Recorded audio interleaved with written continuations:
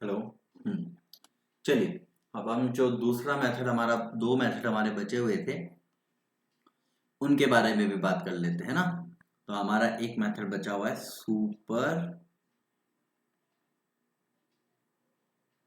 Profit method. One of the easiest method ये होता है। ठीक है, इसमें आपने क्या करना होता है, ये बी वाला है। इसके अंदर सबसे पहला स्टेप आपने ये करना है कि आप पहले अपना एडजस्टेड प्रॉफिट ही निकालिए। दूसरा क्या करिए, दूसरा आप अपना नॉर्मल प्रॉफिट निकालिए। अब ये नॉर्मल प्रॉफिट कैसे निकलता है, तो नॉर्मल प्रॉफिट निकलता है कैपिटल एम्प्लॉयड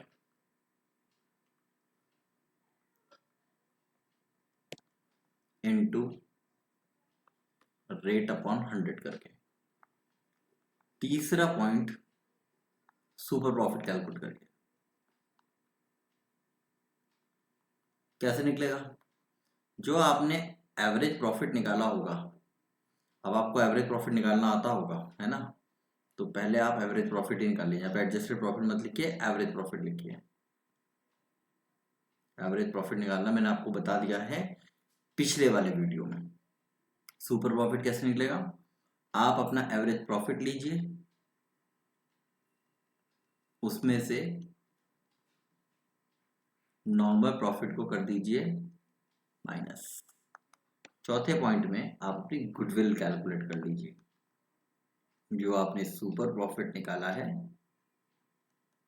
उसे लीजिए और उसके साथ नंबर ऑफ परचेजिंग ईयर को मल्टीप्लाई कर लीजिए।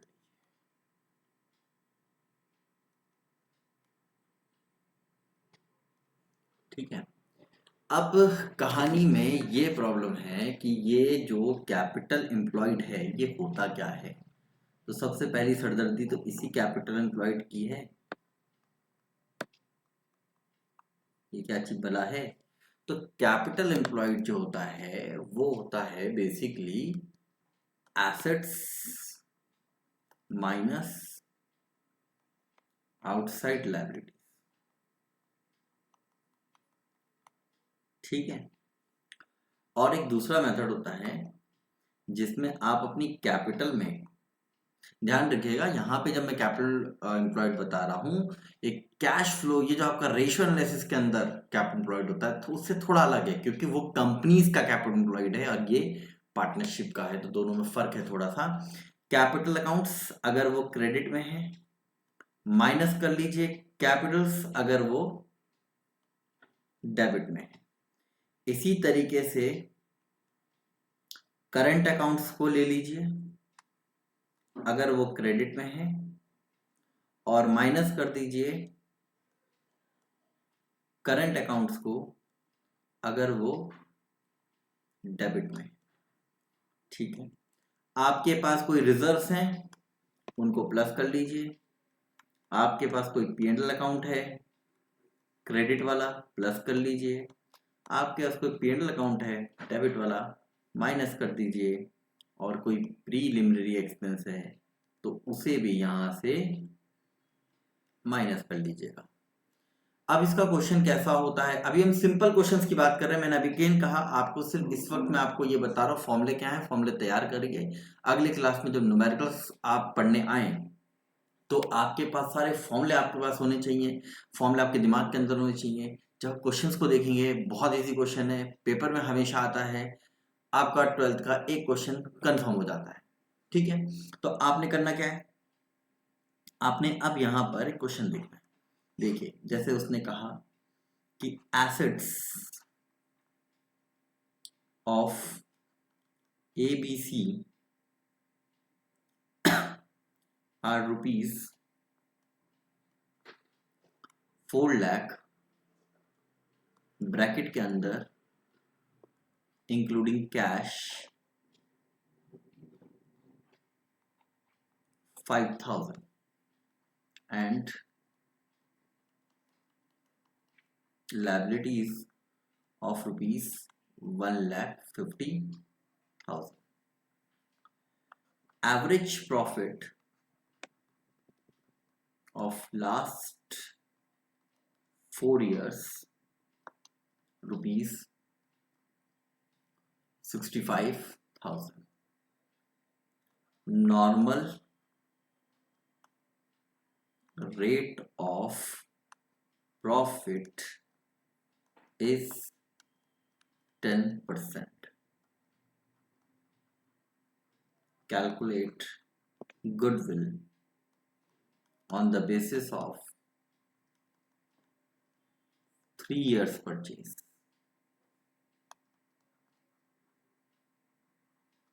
ठीक है, इस तरीके के क्वेश्चन को हम इस तरीके के क्वेश्चन जो है एक वो बना सकते हैं, हम उसके बारे में सिंपल क्वेश्चन है, ज्यादा कुछ नहीं है। सबसे पहले आप अपनी कैपिटल एम्प्लॉयड निकालिए। क्या होती है आपकी कैपिटल एम्प्लॉयड? तो कैपिटल एम्प्लॉयड निकालने के लिए आपके पास आपकी एसेट्स होनी चाहिए, वो है 4 लाख रुपए की, पर उसमें कैश इंक्लूड है। तो कैश तो एसेट होता है ना, उसे इंक्लूड कर रहा है, कह रहा है मैंने कैश 5,000 रुपए का इस 4 लाख के अंदर रखा हुआ है, तो ठीक है इंक्लूड होना चाहिए, एक्सक्लूड नहीं होना चाहिए कैश। अगर कैश एक्सक्लूड है तो प्लस करिए, ये इंक्लूडेड है कुछ मत करिए, 4 लाख रुपए लिखिए, और उसमें से अपनी लायबिलिटीज का 1,50,000 माइनस करिए, आपको कैपिटल एम्प्लॉयड मिलती है 2,50,000। अब आपने क्या करना है, आपने अपना एवरेज प्रॉफिट देखना है, क्वेश्चन में ऑलरेडी गिवन है, तो ज्यादा उसके चक्कर में पढ़ने की जरूरत नहीं है। वो कितना दे रखा है आपको? 65,000।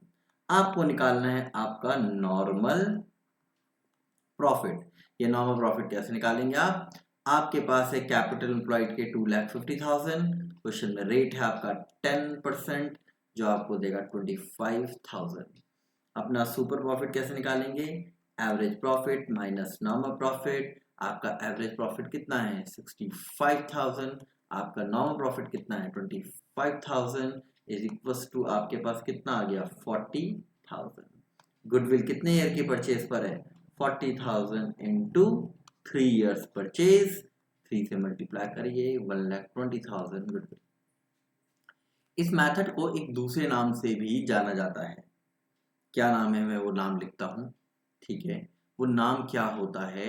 वो नाम होता है excess of actual profit over normal profit.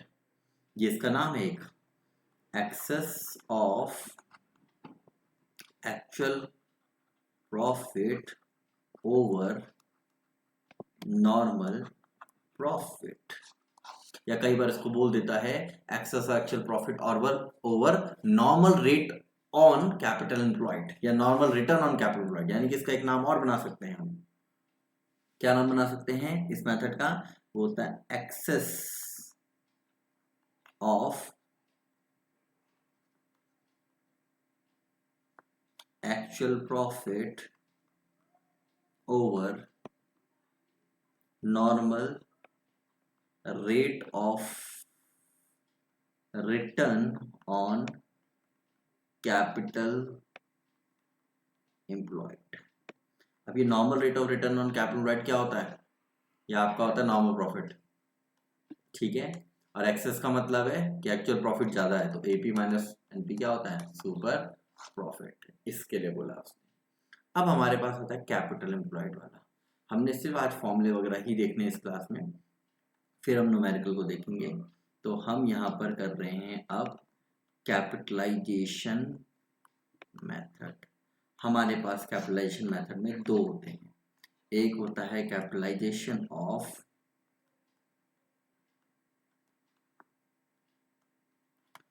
Average profit, इसी को हम कहते हैं वैल्यू ऑफ बिजनेस या कैपिटलाइज्ड वैल्यू ऑफ बिजनेस, ठीक है। कई बार उसको कैपिटलाइज्ड वैल्यू ऑफ बिजनेस भी कह देते हैं, तो ज्यादा टेंशन लेने की जरूरत नहीं है, यही नाम है। क्या करना है आपने इसमें? सबसे पहला आप सबसे पहले अपना एवरेज प्रॉफिट देखिए कि आपके पास एवरेज प्रॉफिट है या नहीं है तो ठीक है, नहीं है तो निकालिए। नंबर 2, आप निकालिए कैपिटलाइज एवरेज प्रॉफिट।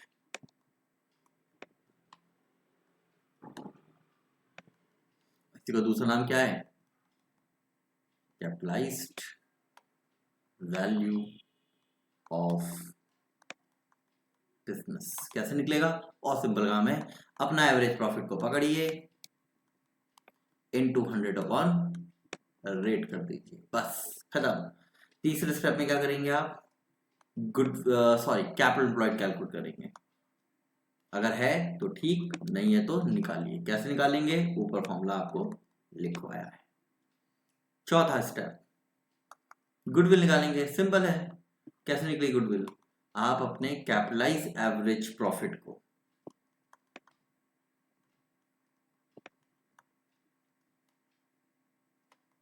लेंगे, उसमें से कैपिटल एम्प्लॉयड को कर देंगे,